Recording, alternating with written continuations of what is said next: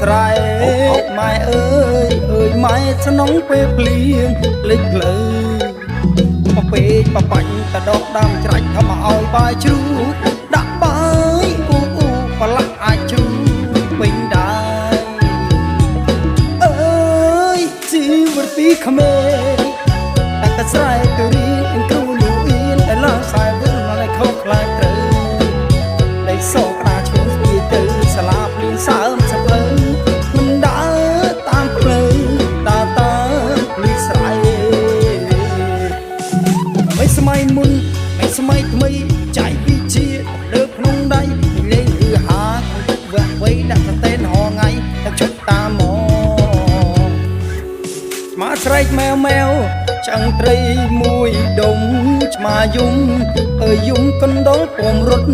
លឿនប៉ែវត្រីឆ្លងត្រីក្រាញ់ដាក់ឆេវក្នុងខ្លាញ់អង្គកណ្ដៀងមើលភ្លៀងភ្លៀងស្រាប់សៀងឆ្មាយំ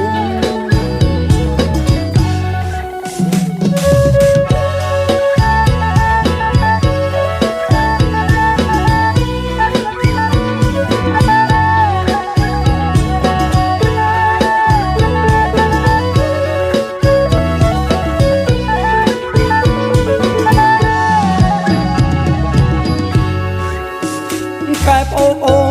ពូខំក្នុងស្រែម៉ែអើយម៉ែស្នងពេលភ្លៀងលេចភ្លើបពេកបបាញ់តដកដើមច្រាច់ធ្វើមកឲ្យបាយជ្រូកដាក់បាយប្រឡាក់អាចជ្រូកពេញដែរ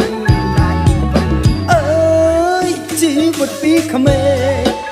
តែកស្រែទៅរៀនគ្រូលូអៀនឲ្យឡើងខ្សែវិលមកឲ្យខុសខ្លាចត្រូវដៃសោកក្តារឈ្មោះទៅសាលាភ្លៀងសើមសភៅមិនដើរតាមផ្លូវដើរតាមភ្លឺស្រែមិនសម័យមុនមិនសម័យថ្មីបច្ចេកវិទ្យាដើរក្នុងដៃតែលេងហឺហាក្នុងយុគវែកវៃដាក់សតេនហងៃទៅឈុតតាមមកស្រែកម៉ែវឆ្អឹងត្រីមួយដុំឆ្មាយំ